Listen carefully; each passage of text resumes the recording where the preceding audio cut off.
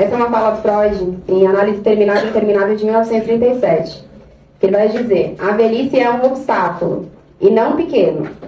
Já se estabeleceu que o idoso não é mais educável. Ele está por demais preso aos seus traços de caráter e não mais disposto a renunciar aos ganhos da doença. Acabou com o povo. Por isso, é mais sensato não empreender uma análise nele, mesmo que, como por acaso, consiga-se um êxito exterior. E aqui a gente tem o Freud lá em 1937, dizendo praticamente que a análise com pessoas que estão envelhecendo ou que já são pessoas velhas não é o caminho, não é possível. E aqui a gente já começa com essa polêmica, porque a gente precisa pensar em quem é esse Freud que estava falando isso. Vamos pensar lá em 1937. Né? Freud não estava ainda no auge da sua velhice, né? Está caminhando para ela, mas não tinha chegado ali muito perto. Mas que começa a se pensar que, olha, esse é um campo que não vai tirar muita coisa. Talvez nem valha muito a pena se investir nisso, porque não vai ter muito resultado. Só que chega um momento em quando ele começa a se deparar com a própria velhice, que ele começa a dar meio que uma ressignificada nisso. De falar, olha, tem os percalços, né? Vai ser um pouco diferente, mas pode ser possível. Só que começar com isso, que eu acho que é de extrema importância, é pra gente perceber em que lugar que a pessoa que está envelhecendo ela é colocada. Que ela foi colocada lá atrás, quando a gente vai pensar nessa fala de Freud, mas em que lugar que ela é colocada hoje. O quanto em alguns momentos as pessoas que estão envelhecendo ou que já estão envelhecidas são invisibilizadas. São deixadas de lado quase como se elas não existissem. Então tá aqui, perde meio que a autonomia, perdeu o desejo, é como se essa pessoa virasse quase um zero à esquerda. Não tem função nenhuma. Então, gosto de começar com essa frase, porque a gente já meio que mete o pau para a psicanálise, né? Já começa falando ao Freud, né? Caso doideira dele. Mas que essa fala, que eu considero, não sei vocês, problemática, abriu espaço para que outros psicanalistas pudessem pensar a partir disso. Porque não necessariamente a gente precise concordar com tudo que a gente vê na psicanálise. Tem algumas teorias, tem alguns conceitos que para alguns podem fazer mais sentido, para outros podem fazer menos, e tá tudo bem, porque a gente tem uma gama de teóricos que pensam de uma forma, que estudam linhas diferentes, e a gente pode se identificar com um ou outro e tá tudo certo. Mas essa fala problemática abriu espaço para que outros pudessem pesquisar e falar um pouco mais sobre isso. A gente trouxe aqui alguns teóricos para a gente pensar sobre isso, mas gosto dessa fala porque a gente já começa com esse pontapé da polêmica, né? Então, os idosos não deveriam nem estar na análise. E aqui, os que já atendem, digam, né, se já tiveram experiência de atender pessoas idosas, e o quanto isso é contributivo. O quanto é uma análise que é totalmente diferente dos formatos comuns de análise. Que tem formatos diferentes, passam por tempos diferentes, mas não quer dizer que a análise não vai funcionar. Porque para funcionar, a gente já sabe que tem uma série de questões que vão implicar isso. Vamos entender um pouco os termos. Quando a gente fala de envelhecimento, ele é um processo contínuo biológico, psicológico e também social, que começa no nascimento e segue até a morte. Então, estamos todos em envelhecimento. A partir do momento que saiu da barriga da mãe, você já não sai mais novo. Já começa ali, né? Já vai começando o percalço. Envolve alterações graduais no corpo, como a diminuição da regeneração celular, da imunidade a partir dos 30 anos. Quem já sentiu isso? Galera que passou dos 30 da imunidade. Ressaca é dengue, né? No outro dia, pelo menos uma semana, né? Pra se recuperar. A gente entende bem essas mudanças, né? Além de mudanças na identidade, nos vínculos e nos papéis sociais. É marcado por perdas, adaptações e pela forma como a sociedade trata o indivíduo ao longo do tempo. Então, para gravar envelhecimento, a gente está falando de um processo, que é um processo biológico, que é psicológico, que é social, e que todos vamos passar. E estamos passando.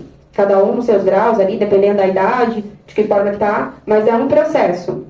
E quando a gente vai falar sobre a velhice, ela é uma etapa do envelhecimento, que é marcada por mudanças mais evidentes no corpo, na mente e na vida social. Costuma envolver alguns declínios funcionais, maior proximidade com a finitude e uma reorganização dos afetos, desejos e papéis.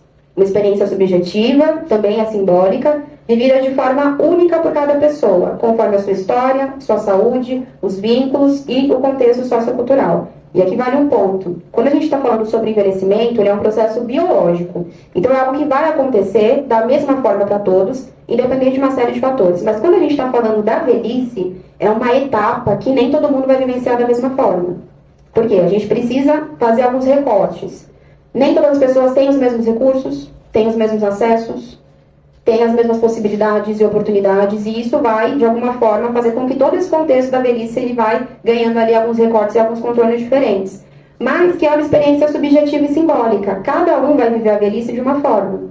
Alguns podem se preparar durante esse processo até que se chegue na velhice, até que chegue ali nos 60 anos ou mais, caminhando e se cuidando para que, né, os prejuízos, assim, entre aspas, eles não sejam tão sentidos. E outros, por uma série de fatores, podem não ter tido esse tempo, podem não ter tido oportunidade, podem não ter tido recursos, mas vão entrar também nesse processo de velhice. Mas quando a gente fala dessa experiência subjetiva e simbólica, é fazendo esse recorte e para a psicanálise escutando essa pessoa que está envelhecendo. Escutar como que foi essa história. Quais foram os recursos que essa pessoa teve? Recursos financeiros, recursos emocionais, recursos sociais, psicológicos. Quais foram os lugares que essa pessoa frequentou? Qual o círculo, né, das amizades, dos afetos, as construções de afetos dessa pessoa? Porque tudo isso vai mudar. E a gente vive, né, vou falar um pouco disso mais pra frente, nesse boom de comparação. Né? E quando a gente vai falar sobre o processo de envelhecimento, é isso. Nossa, mas fulana tem a minha idade. Né? Você olha para ela e fala, nossa, gente, o que aconteceu com essa mulher? Ela dormiu no formol, colocar formol na corrente sanguínea, que a pessoa não envelhece 1 milímetro. Tá, mas já parou para conversar com essa pessoa? Já parou para ter uma ideia de qual é a realidade dessa pessoa? Sem recursos ou não, parecidos com o que você tem? No caminho para cá, estava falando com a Maib no metrô, né, os que são cronicamente online, eu gosto desse termo, gente, porque eu adoro essas fofoquinhas, esses negócios online, então sempre que eu posso eu por dentro. Quem já conheceu, já ouviu falar sobre as Kardashians? É quase impossível, né, de saber quem é, né, o clã, né, das Kardashians. E a matriarca da família deles, né, 70 anos, acho que é a mãe, fez uma cirurgia recente que ela rejuvenesceu quase, 30, 20 anos. E assim, é uma mulher de 70 anos que vem de uma história de recursos financeiros, de acesso a bons médicos, que fez, assim, mesmo tendo esse histórico de procedimentos estéticos, de cirurgias e afins, já se via e se notava na pele que era uma mulher que tinha mais idade. Só que com essa última cirurgia que ela fez, é espantoso, que ela se tornou quase comparar com as filhas. E isso é um ponto, porque a gente pega essa mulher que tem 70 anos, que tem todos esses recortes, esses acessos, e uma pessoa que tem 70 anos que não tem os mesmos acessos, vai olhar e falar, putz, o que eu fiz de errado? Né? Me olho no espelho e falo, gente, cadê o rosto, cadê o corpo, cadê tudo igual? E aí a gente não se atenta a esses recortes. Não se atenta a isso de falar, vamos entender a história dessa pessoa? Né? E até um ponto que a gente também estava falando, ok, o corpo está tranquilo, a parte de fora se olha, mas quem conhece minimamente a história, assim, do que a gente sabe que é uma família, assim, imersa no caos. Assim, é polêmica atrás de polêmica, desculpa, coisa em cima de coisa, então tem uma série de questões que a gente não vê. A gente vê o externo lá, bonitinho, todo mundo arrumadinho, mas a gente não sabe como as coisas realmente são. E o processo de velhice vai falar exatamente sobre isso, essa etapa, que nem todos vão passar da mesma forma. Mas que não quer dizer que vai ser uma etapa ruim. Porque a gente também vive numa sociedade onde é proibido envelhecer. Você não pode ter um cabelo branco, você não pode ter uma celulite, você não pode ter uma marca de expressão. Várias coisas que são marcas que a gente vai ter do envelhecimento e da velhice são proibidas.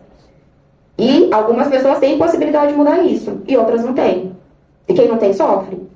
Porque imagina, né? Estou falhando. Tem uma falha em mim, não posso envelhecer, e eu não posso fazer nada para mudar isso. E não preciso nem falar, acredito que muitos de vocês imaginam o quanto isso vai criando neuroses. De se estabelecer, queria, né, um corpo diferente, queria um cabelo diferente, queria uma série de coisas diferentes, mas não posso. Então estou fracassando no que é envelhecer. Mas será que o nosso fracasso, quando se envelhece, passa só pelo corpo?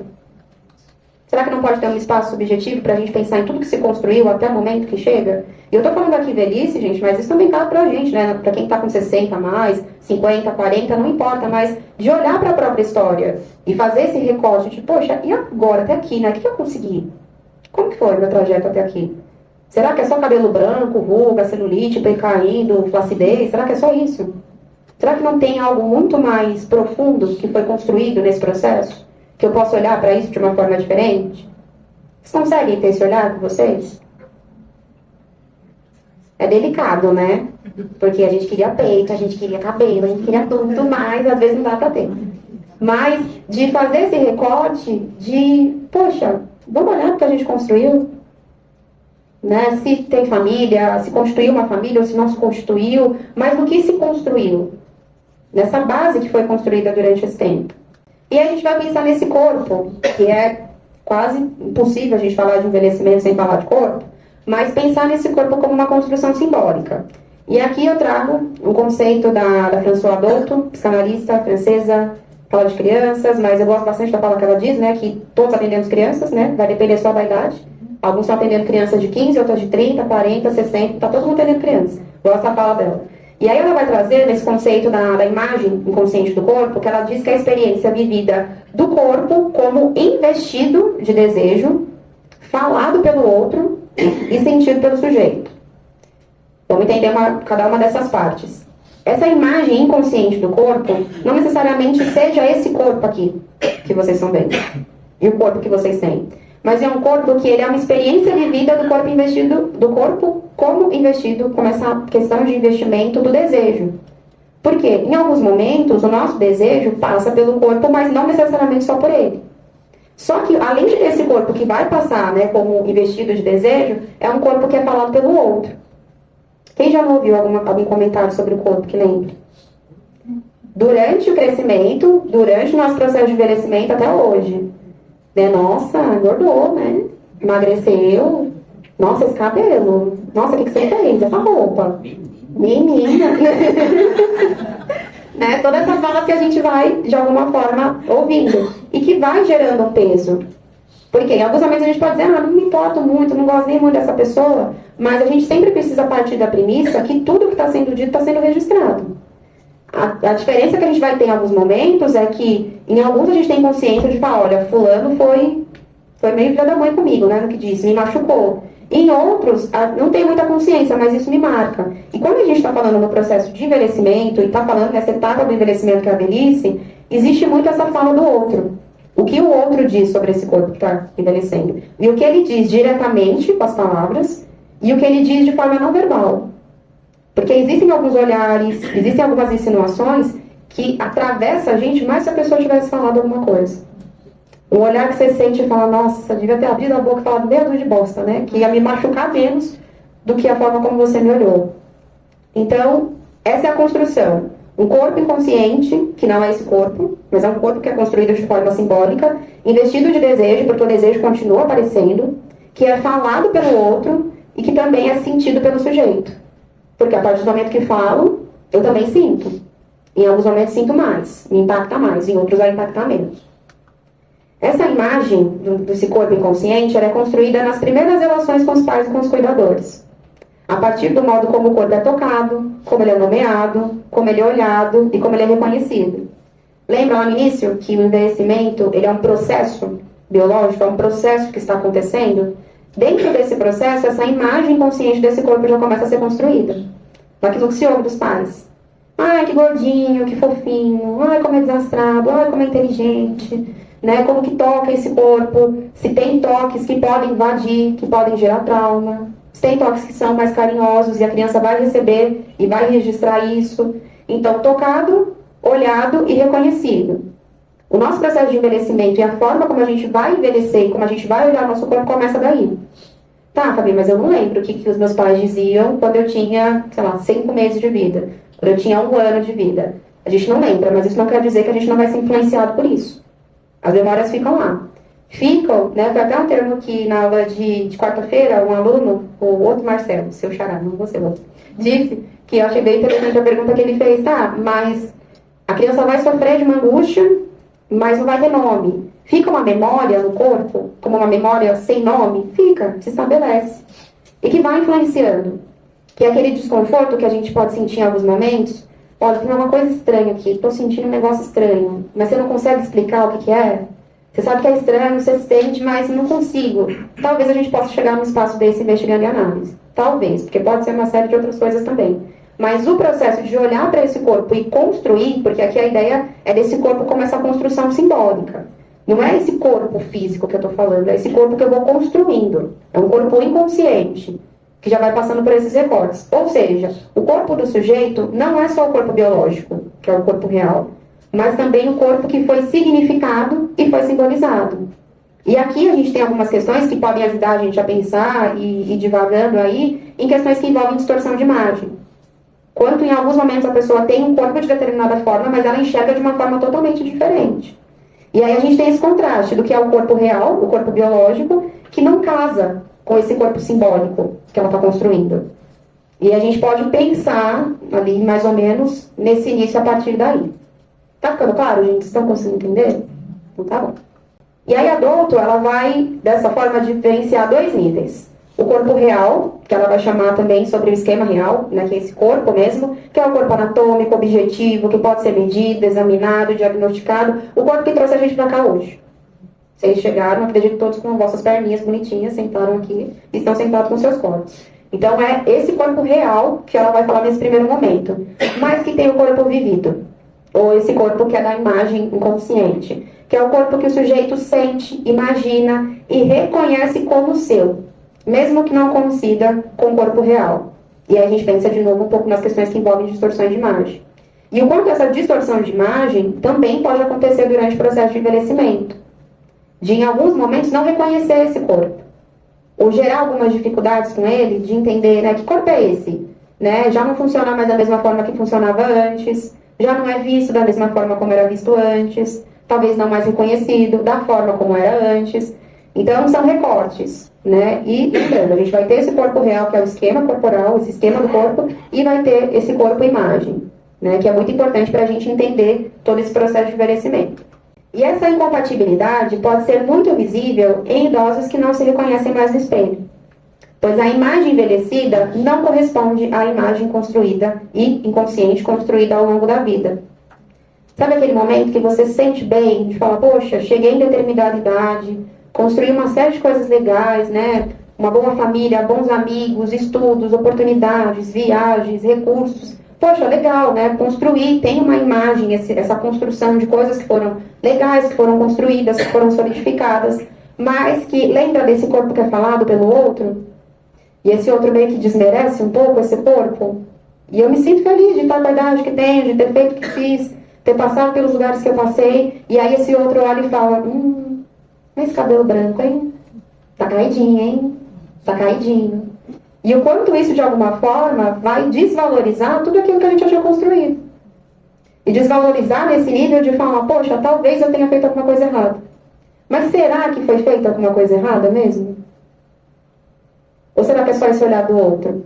Porque quando a gente vai pensar no envelhecimento, como essa questão subjetiva e pessoal, cada um vai envelhecer de uma forma. Existem pessoas que vêm de uma construção e vêm de uma criação que o envelhecimento não é um problema. Que ele é reconhecido como algo bacana. A gente fala, poxa, que legal, né? Tá envelhecendo, tá tendo a oportunidade de viver mais anos, construir mais coisas. E tem outros formatos familiares que isso é uma neurose. Então, qualquer sinalzinho de envelhecimento que apareça, ele precisa ser combatido. Precisa ser, manda embora, não faz mais sentido, vamos modificar tudo que está acontecendo. Então, quanto isso também passa pelas projeções que a gente vai recebendo. Da nossa família, dos nossos amigos, dos círculos, dos espaços onde a gente circula. Porque a partir dessa forma como cada um vai vivenciar esse processo de envelhecimento, vai também impactar na gente.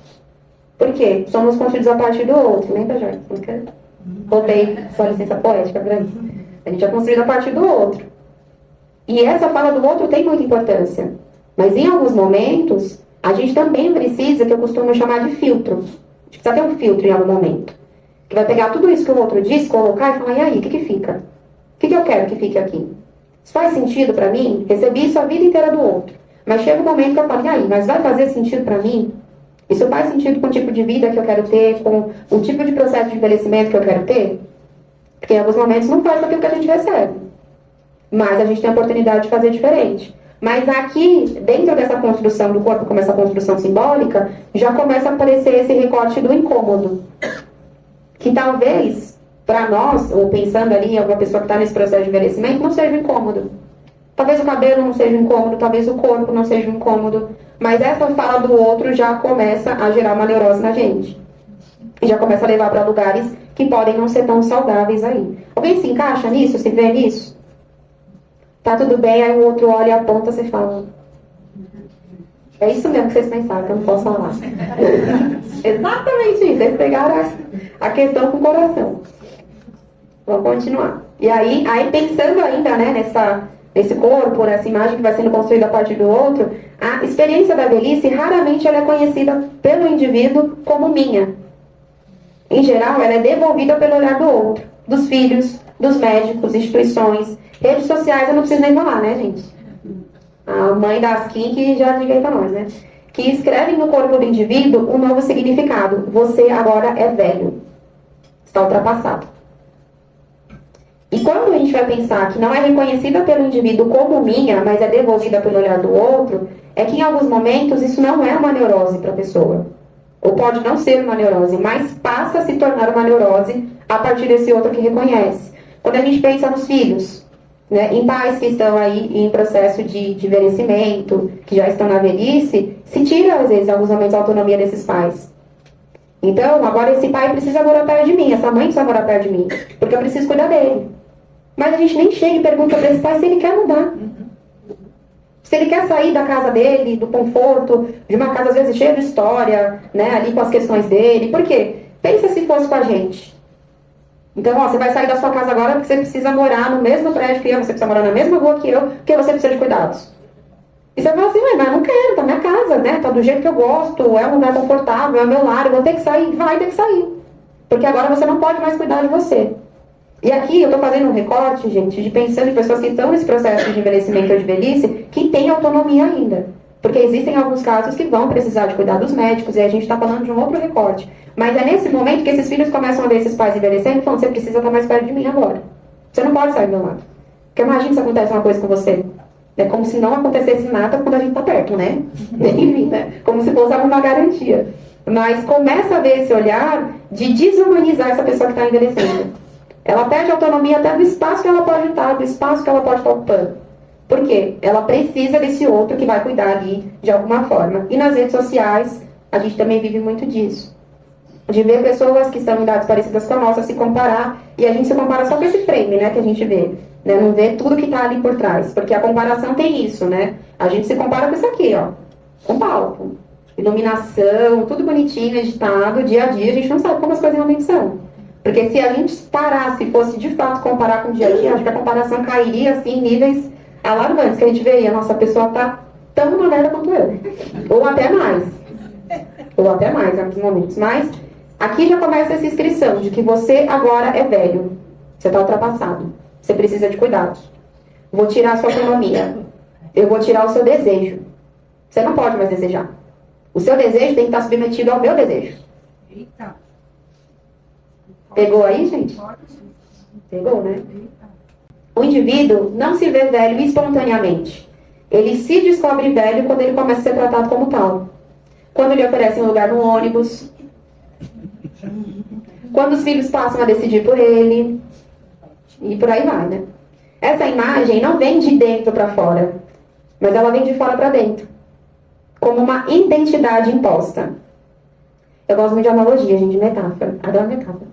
E estava pensando nisso, né, nessa identidade imposta, a gente pode pensar como se existisse uma espécie de um poupa-tempo psíquico, sabe, que a gente vai para atualizar os documentos? Aí chega a cidade, chegou ali a velhice, se estabeleceu, a gente manda essa pessoa lá para o poupa-tempo psíquico, pega essa identidade dessa pessoa, rasga e dá uma nova identidade para ela. Mas uma identidade em branco, porque ela não tem mais identidade. Está ultrapassada, não deseja, não tem autonomia, não tem independência. Então, eu pego essa identidade que você construiu ao longo da sua vida, com todas as suas dificuldades, com os percursos, com as delícias, com tudo que aconteceu, e eu rasgo. E eu te dou uma identidade vazia. Porque você é uma pessoa vazia, agora você é velho. Você precisa de identidade para quê? E aí a gente vê que esse processo é como uma identidade imposta. O outro começa a impor. Começa a colocar valores em coisas que a pessoa nem é questionada sobre. Não é apenas a pele que muda, é a leitura que vão fazer dela.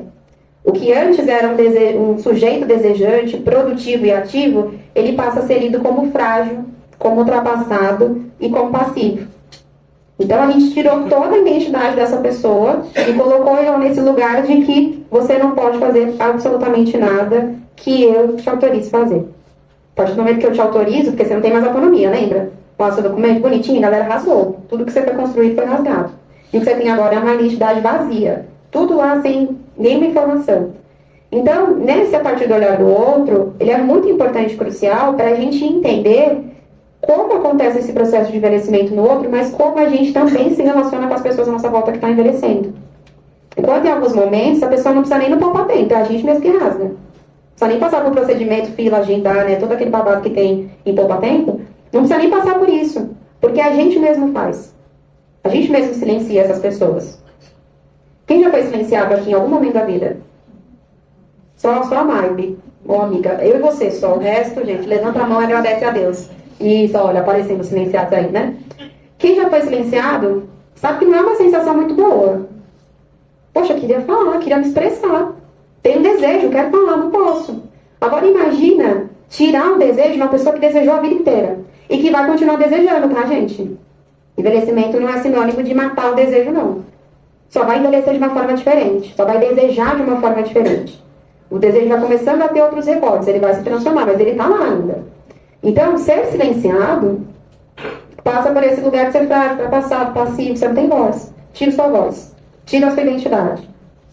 A velhice, ela é um momento em que o sujeito se vê forçado a renegociar a sua imagem corporal e a sua identidade psíquica diante das perdas e dos espelhamentos sociais. Então aqui a gente tem essa renegociação dessa imagem corporal, porque eu tinha uma imagem antes. Agora eu preciso negociar porque eu tenho outra. E eu preciso entender essa outra que está de alguma forma surgindo. E a identidade psíquica diante das perdas e dos espelhamentos sociais. Por quê? Quanto mais a gente envelhece, de forma natural, mais perdas a gente vai acumulando aí durante esse processo. Perdas que podem ser perdas físicas, de morte mesmo, de pessoas que morrem, de processos, de projetos, de coisas que de alguma forma chegam ao fim, morrem, enfim. Então, é todo esse processo de renegociar todo esse momento da vida. De renegociar a imagem que muda, de conseguir integrar minimamente, elaborar essas perdas que vão acontecendo nesse caminho, esses espelhamentos sociais. Quando a gente fala de espelhamento social, é esse olhar do outro. Que diz que você está velho, que agora você está ultrapassado, que agora você vai ser silenciado porque você não tem autonomia, você perde a sua independência, você perde o seu desejo. E na perspectiva psicanalística do René Kais, que inclusive é um psicanalista que vale bastante a investigação, porque ele fala muito sobre o processo de envelhecimento francês, esse movimento é compreendido como uma ferida narcísica.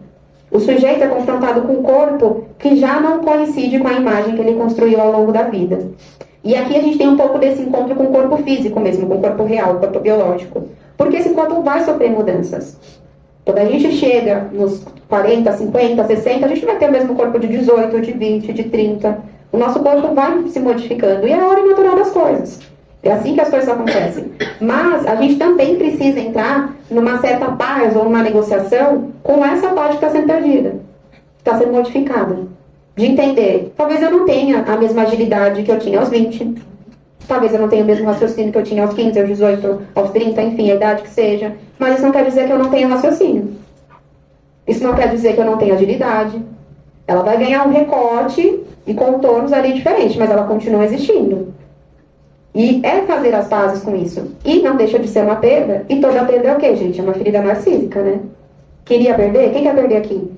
Ninguém quer perder. Eu não quero, mas eu perco. É contra a nossa vontade. A gente vai perder em alguns momentos.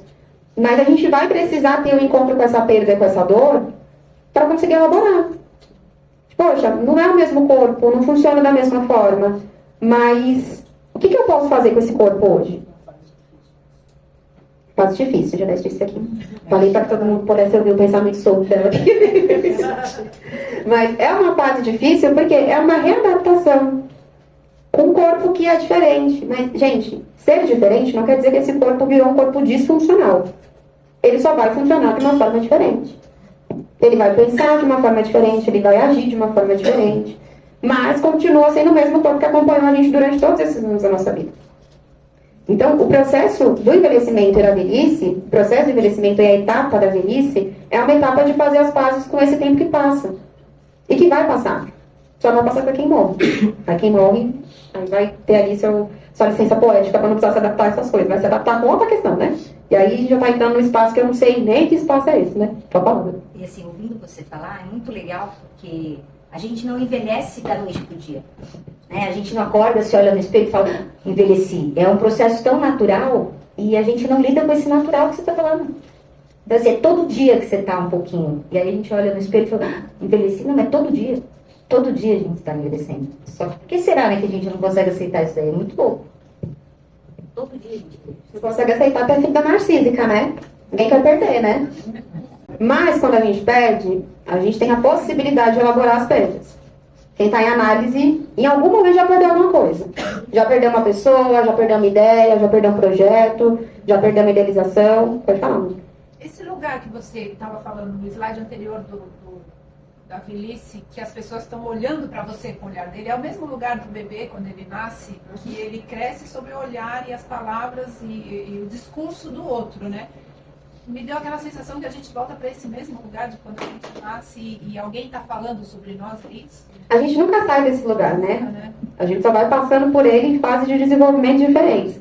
Porque o outro está sempre falando da gente, assim como a gente também está sempre falando do outro, tá?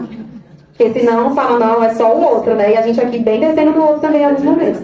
Mas é uma perspectiva que a gente está sempre a partir desse olhar do outro.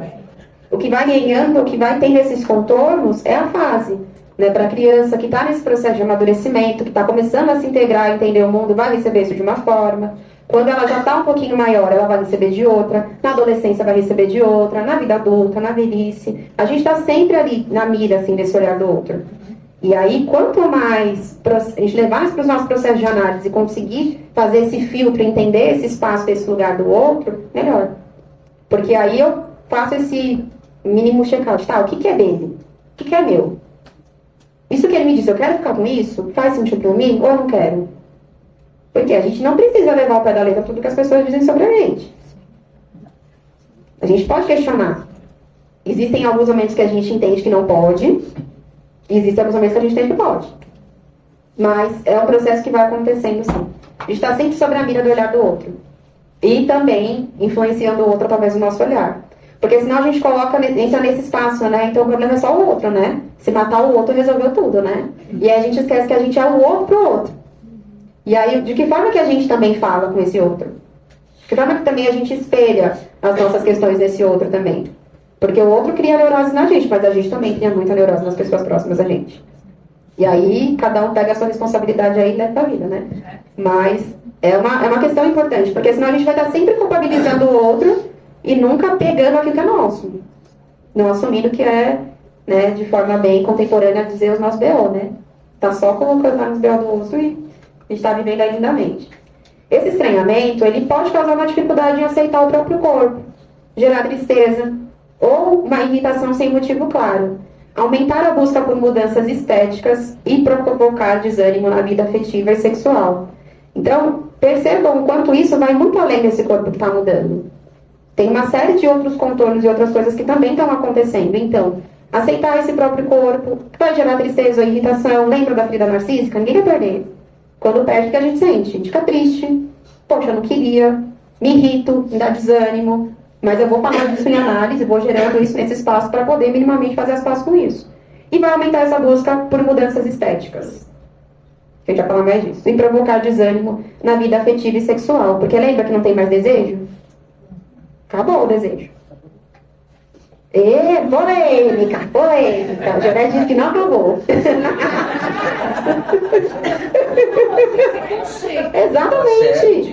Exatamente. Não acaba, gente. O que a gente precisa ter muito claro é que o desejo, principalmente esse desejo afetivo e sexual, ele não acaba. Ele pode ganhar outros contornos. Ele vai se transformar também. Você não vai ter o mesmo desempenho sexual que você tinha com 18 anos. Com 30 já não tem, gente. 30, 40 quase não tem.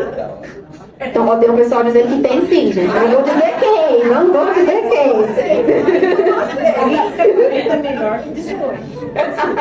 Eu não vou dizer. Não vou expor ninguém. Mas é pensar nesse espaço. O desejo, ele é retirado.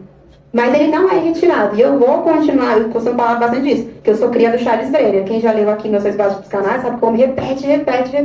Eu sou cria dele, eu repito até não querer mais. Para ficar bem gravado assim na nossa mente, né? Que o desejo vai continuar. Ele só vai continuar de uma forma diferente.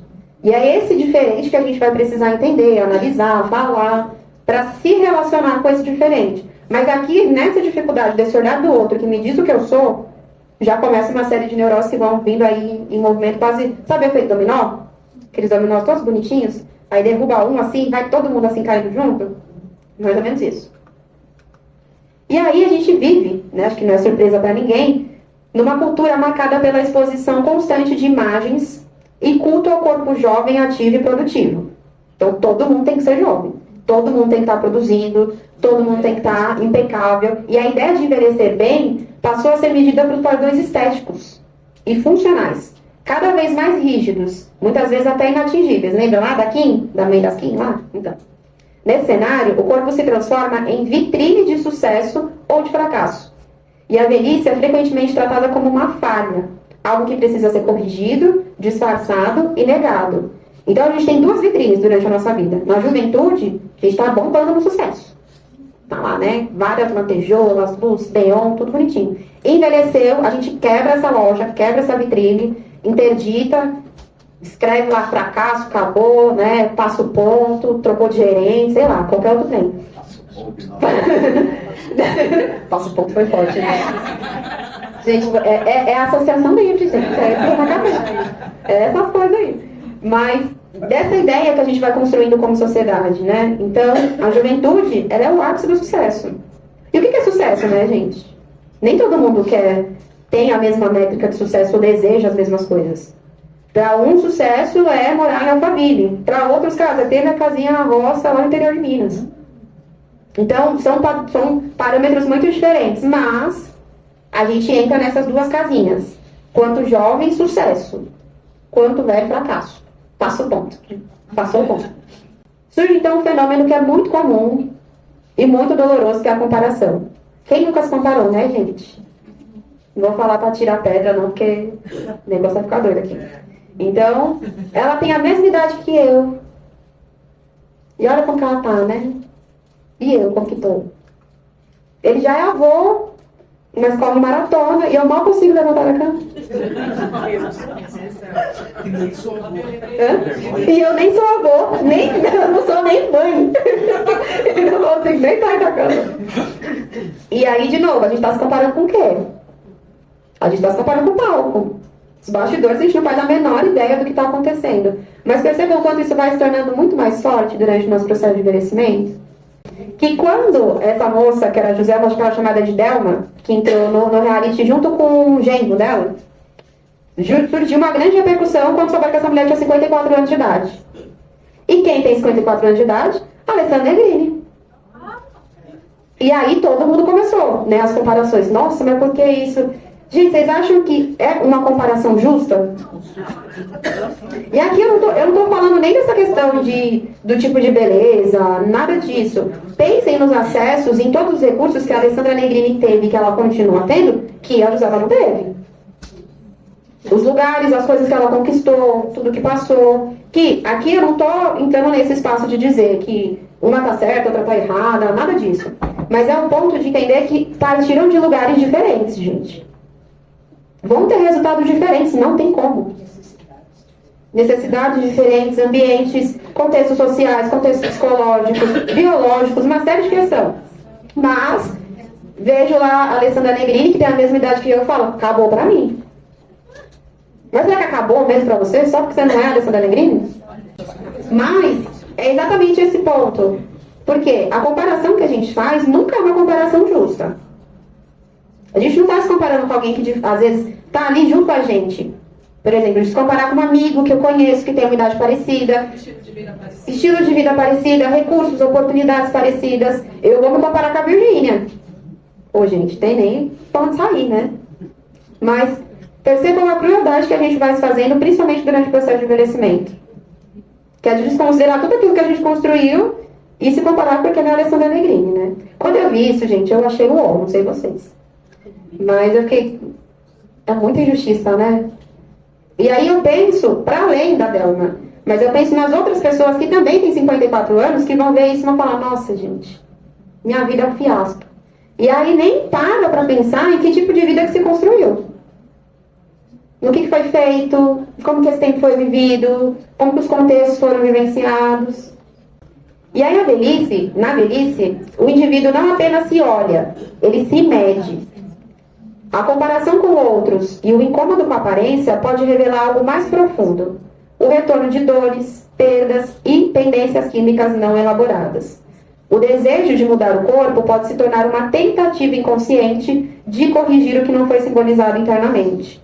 Procedimentos estéticos podem aliviar por um tempo, mas eles não vão tocar o inconsciente.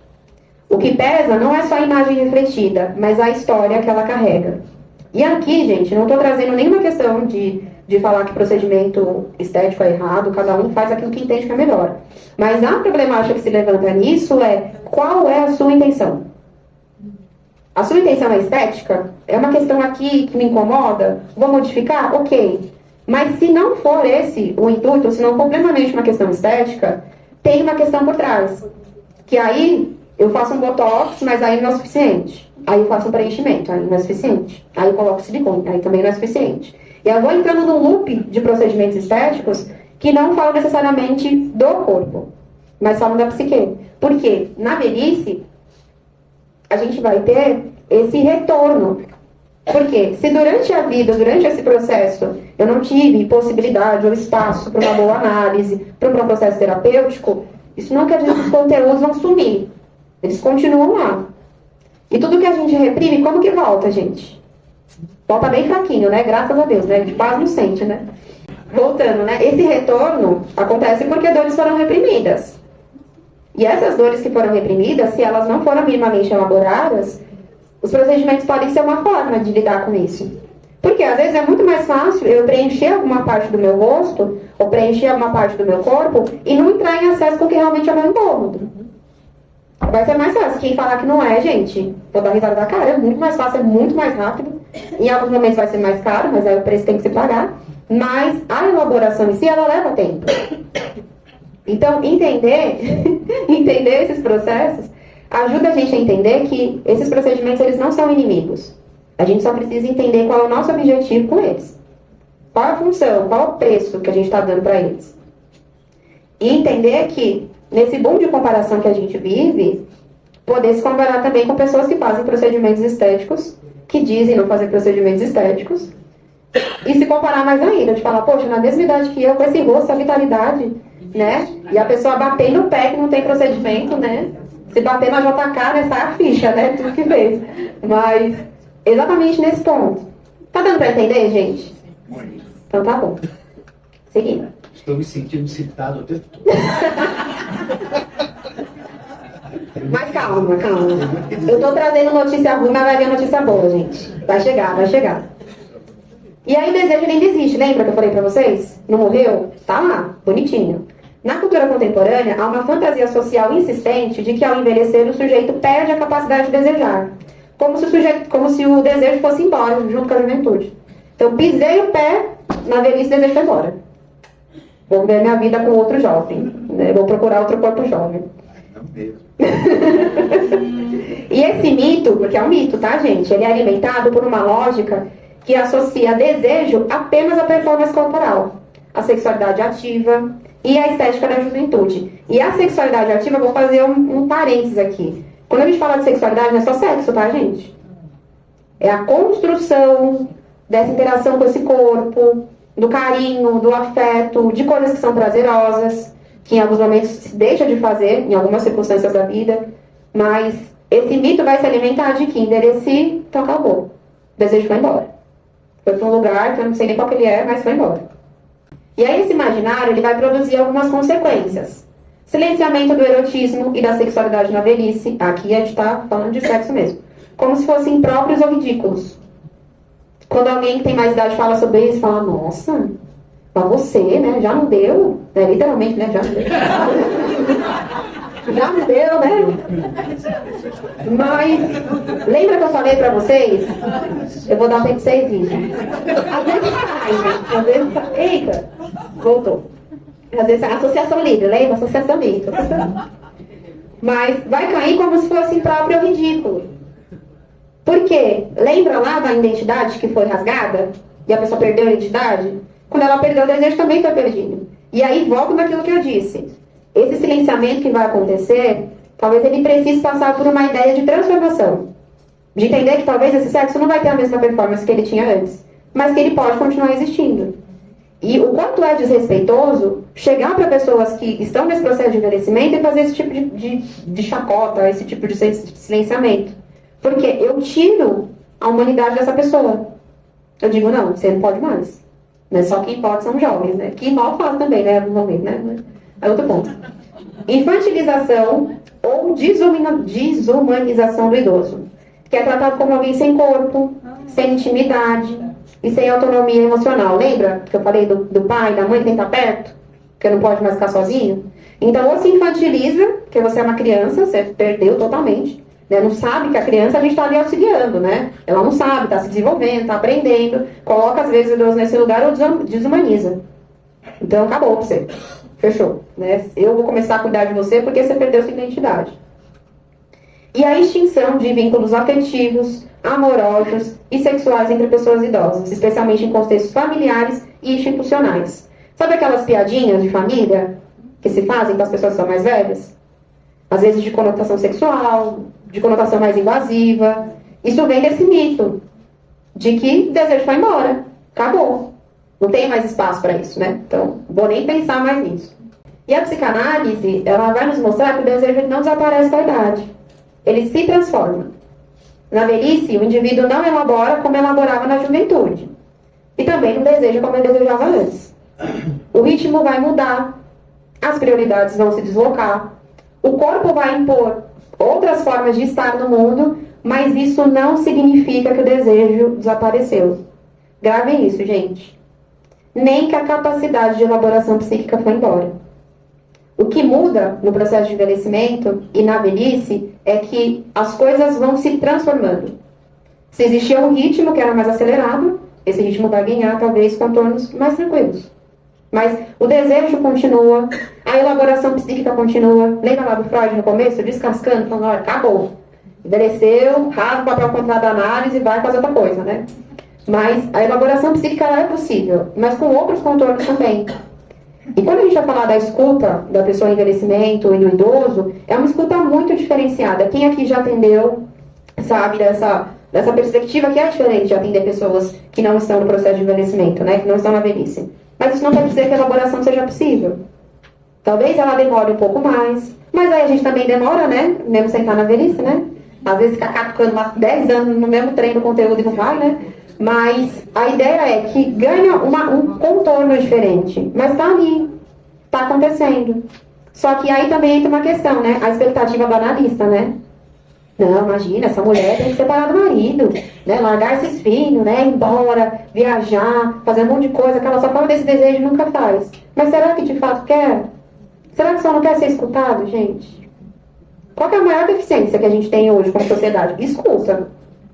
A gente ouve. Ouvir, todo mundo ouve. Se não tiver nenhum comprometimento auditivo, nenhuma lesão, todo mundo vai ouvir. Agora, escutar, eu preciso prestar atenção para conseguir me concentrar naquilo que está sendo dito. Que é o que a gente não tem. Em alguns momentos a gente ouve para responder. Tô aqui, a pessoa está aqui falando da experiência que ela teve na viagem tal, no lugar tal, e eu não tô nem ouvindo ela. Tô aqui pensando, nossa, eu vim para esse lugar, tal, ela termina falando, menina, eu fui também. Ai, não gostei. E a outra pessoa tá lá abrindo, né, falando, e eu tô me comparando. Não tô dando espaço para escuta. Enquanto se compromete esse processo de entender que em alguns momentos não se precisa de vitalidade, mas de escuta. Pode-se querer vitalidade também, não tem problema nenhum com isso, mas a maior deficiência que a gente vai ter é de escuta. E de entender que no processo de envelhecimento, o ritmo muda. Ele não tem mais os mesmos contornos, mas não quer dizer que mudanças não possam acontecer. Não vão acontecer da mesma forma da juventude, o desejo não vai ter os mesmos contornos, mas ele está lá. Ele está lá também se transformando, junto com essa pessoa que está nesse processo. O que ocorre é uma transformação no modo de desejar, de simbolizar, estou dando muitas coisas, esperar e sustentar o tempo. O desejo pode deixar de ser expansivo, pulsional, marcado por conquistas, que é o ritmo da juventude. E vai passar a buscar intimidade, permanência, cuidado, presença. A elaboração também não mira mais a superação rápida, mas sim a integração possível, a aceitação das perdas, a reconstrução da história com outros sentidos. Tudo isso para dizer que se transforma. E o que vai ser demandado da gente é acompanhar esse processo de transformação. que vai acontecer com a gente, no nosso próprio processo de envelhecimento, mas que também está acontecendo com as pessoas que a gente escuta. Os que já estão nesse processo e trazem suas dores, os que já começam a neurotizar quando nem chegaram perto ainda, mas já estão pensando ali nos contornos, em tudo que vai ter ali de alguma forma, e passam exatamente por esse espaço. Qual que é o lugar, né, da psicanálise no envelhecimento? Em uma sociedade que valoriza a juventude, lembra da vitrine? Sucesso, fracasso? Juventude, sucesso? Envelhecer é muitas vezes tornar-se invisível. O idoso passa a ser lido apenas como um corpo que decai, como alguém que já foi. E não mais como um sujeito que ainda é. Essa visão desumaniza, silencia e desautoriza o desejo, o pensamento e a história que seguem vivos na velhice. Tudo que se passou na vida não morre, gente. Continua com a gente. E a gente pode transmitir e falar disso, mas o que vai mudar em alguns momentos é o contorno. Lembra? A gente está falando bastante sobre a transformação. Transformação, que é justamente esse ponto de entender que as coisas vão se modificar. Mas modificar não quer dizer que as coisas vão se tornar piores. Elas só vão se modificar. É nesse contexto que a psicanálise se apresenta como um ato de resistência simbólica. A escuta analítica, atenta e sem pressa, é um espaço onde o envelhecimento ele não é negado, mas também não é reduzido. A gente não vai dizer que analisa, imagina, tá envelhecendo não, jovem com essa coxa, né, esse cabelo, esse corpo, né? Não vai ser negado, porque os sinais eles são aparentes. E não tem problema nenhum, gente, com sinais, porque eles vão aparecer. Só não vai aparecer para quem vai morrer. Se não morrer, vai aparecer para todo mundo. Mas também não é reduzido.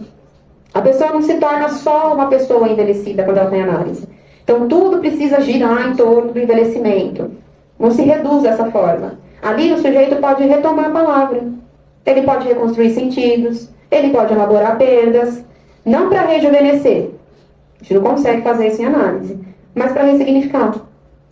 Lembra do espaço da escuta? Que é a falta que a gente percebe em alguns momentos vai ter relação com isso. E aqui eu trago duas histórias. Gosto muito de história também, gente. Eu sou neta de contador de história, de caos, né? Meu avô era contador de caos, de mentira. Mentira que só a gente adorava. Trago essa herança comigo. E aí eu trago duas imagens, essa é a primeira, para sintetizar, porque quando a gente fala desses espaços teóricos, eles nunca atravessam a gente por acaso.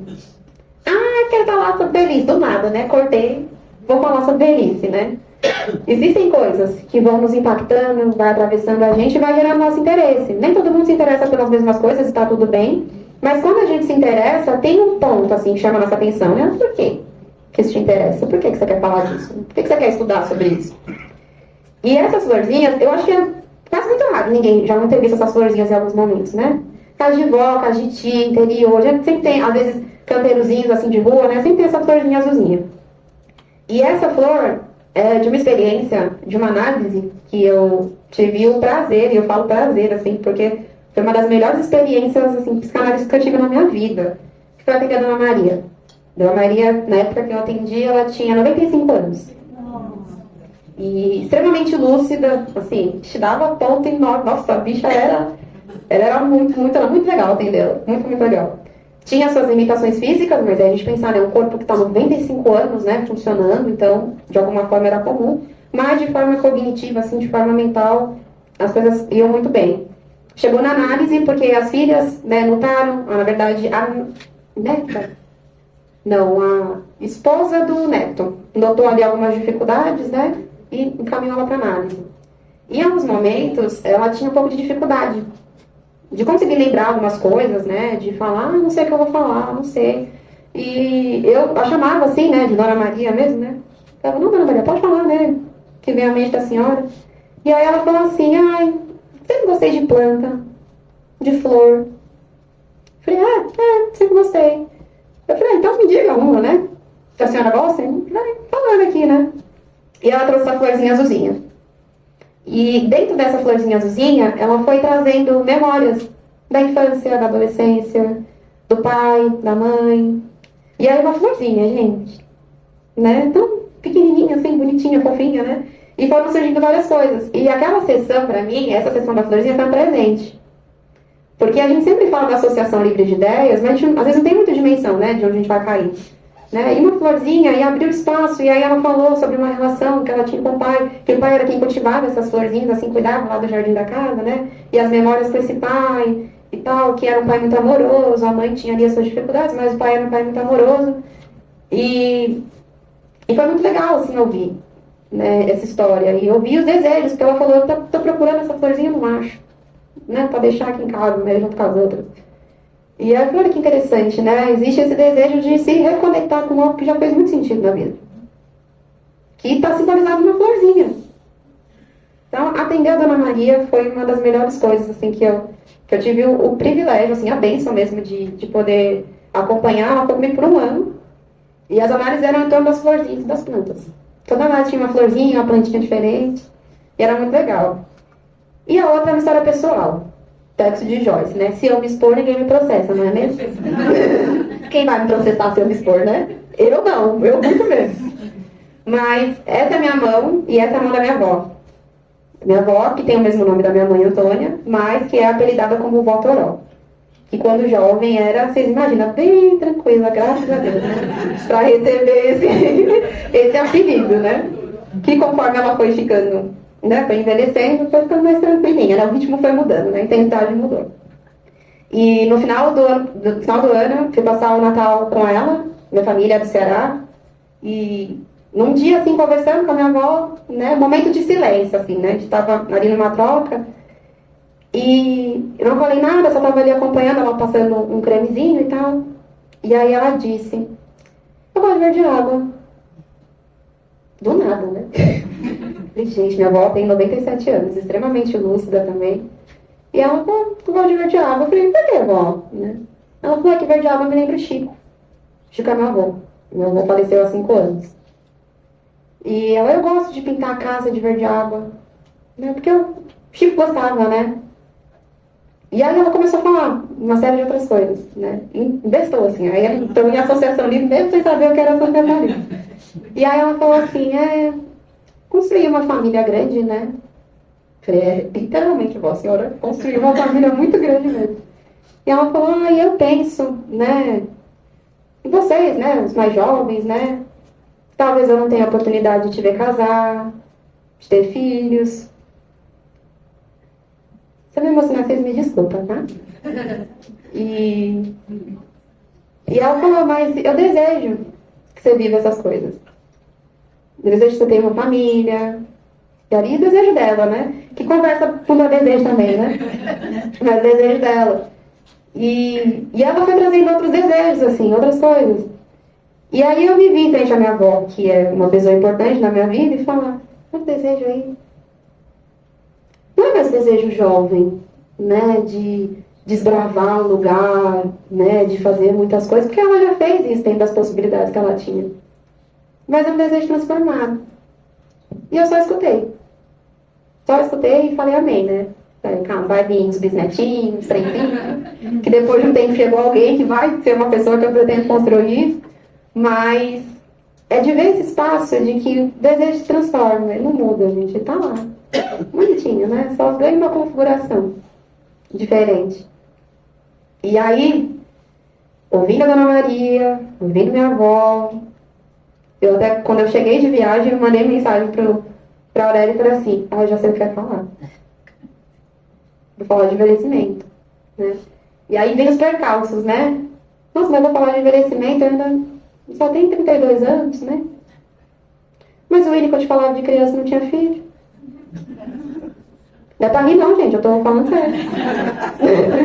É sério. Porque em alguns momentos parece que a gente precisa de algumas coisas pra se autorizar a falar sobre elas. Mas essa é a minha experiência. Os 97 anos não são os meus. São os da minha avó. Os 95 anos não são meus. São da Dona Maria. Mas também fazem parte da minha escuta. Também fazem parte da minha vida. E aí vem essa questão que muitas vezes o que falta ao sujeito envelhecido e envelhecendo, que somos nós, lembra que é processo, tá todo mundo, desde que nasceu, já tá caminhando aí, não é vitalidade, mas é a escuta. Na análise, ele pode finalmente dizer, me olhem como velho. Mas deixa eu contar que eu ainda sou. Obrigada, gente. Ouvindo aqui a Fabi, a Lê lembrou de uma música que eu particularmente uso como uma música de cabeceira, né? Que diz assim, lógico que eu não vou cantar. Eu não vou colocá-los numa saia justa dessa. Que diz assim: ando devagar porque já tive pressa. E levo esse sorriso porque já chorei demais. Hoje me sinto mais forte, mais feliz, quem sabe. Só levo a certeza de que muito pouco sei, ou nada sei. Conhecer as manhas e as manhãs, o sabor das massas e das maçãs. É preciso amor para poder pulsar. É preciso paz para poder sorrir. É preciso a chuva para florir.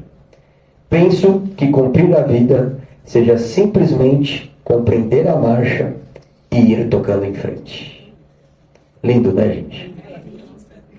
Obrigado mais uma vez, Fabi. Obrigado.